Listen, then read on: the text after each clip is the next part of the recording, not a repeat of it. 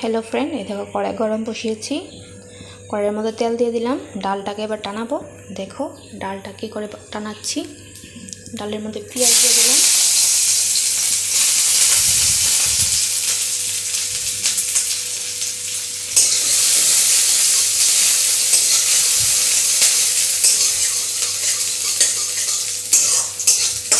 পেঁয়াজগুলোকে টানানোর পর ডালটা দিয়ে দেবো।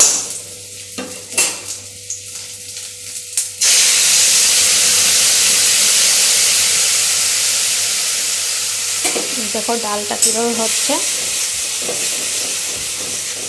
ডালটা টানিয়ে নেব।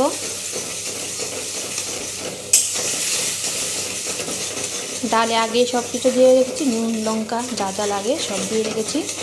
এবার ডালটা টানিয়ে নেব পুরের জন্য।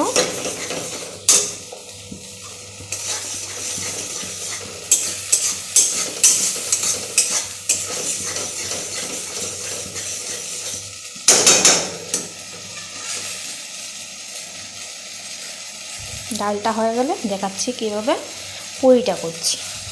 ওকে, নেক্সট ভিডিওতে।